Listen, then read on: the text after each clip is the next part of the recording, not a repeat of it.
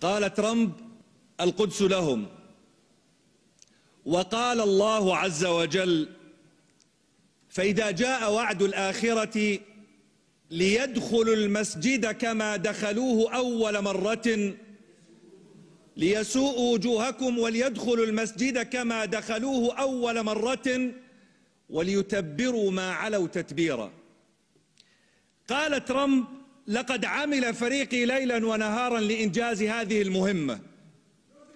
وقال النبي صلى الله عليه وسلم: لا تزال طائفة من أمتي ظاهرين على الحق لا يضرهم من عاداهم. قيل: أين هم يا رسول الله؟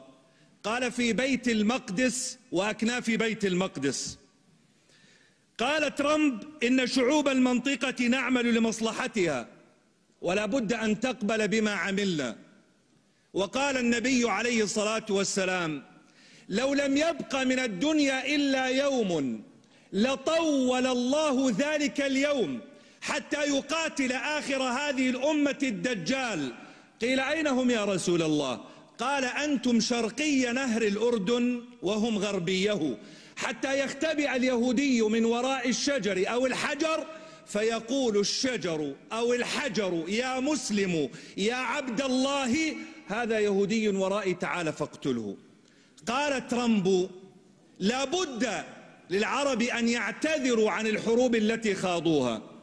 وقال الله عز وجل: ولا تحسبن الذين قتلوا في سبيل الله أمواتا بل أحياء عند ربهم يرزقون.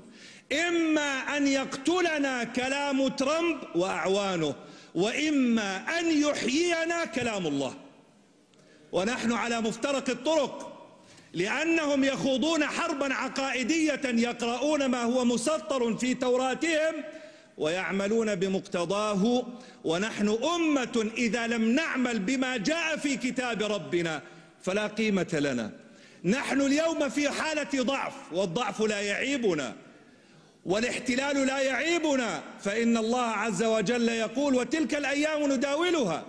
وقال الله عز وجل: ما كان الله ليذر المؤمنين على ما أنتم عليه من غلبة وقوة وارتفاع شأن حتى يميز الله الخبيث من الطيب، فإن كان هنالك من كلمة نقولها فأنا أقول لك: شكرا ترامب، لقد كشفت الحقائق ووضعت كل واحد أمام شخصيته وقلبه وفؤاده.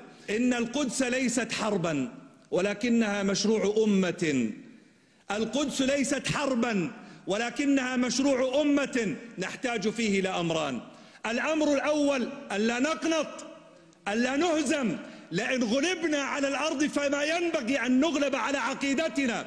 فقد مر في تاريخنا أن التتر دخلوا إلى بغداد فأسروا خليفة المسلمين ووضعوه في شوال من شيد وألقوه في النهر ليموت حريقا غريقا أعمى.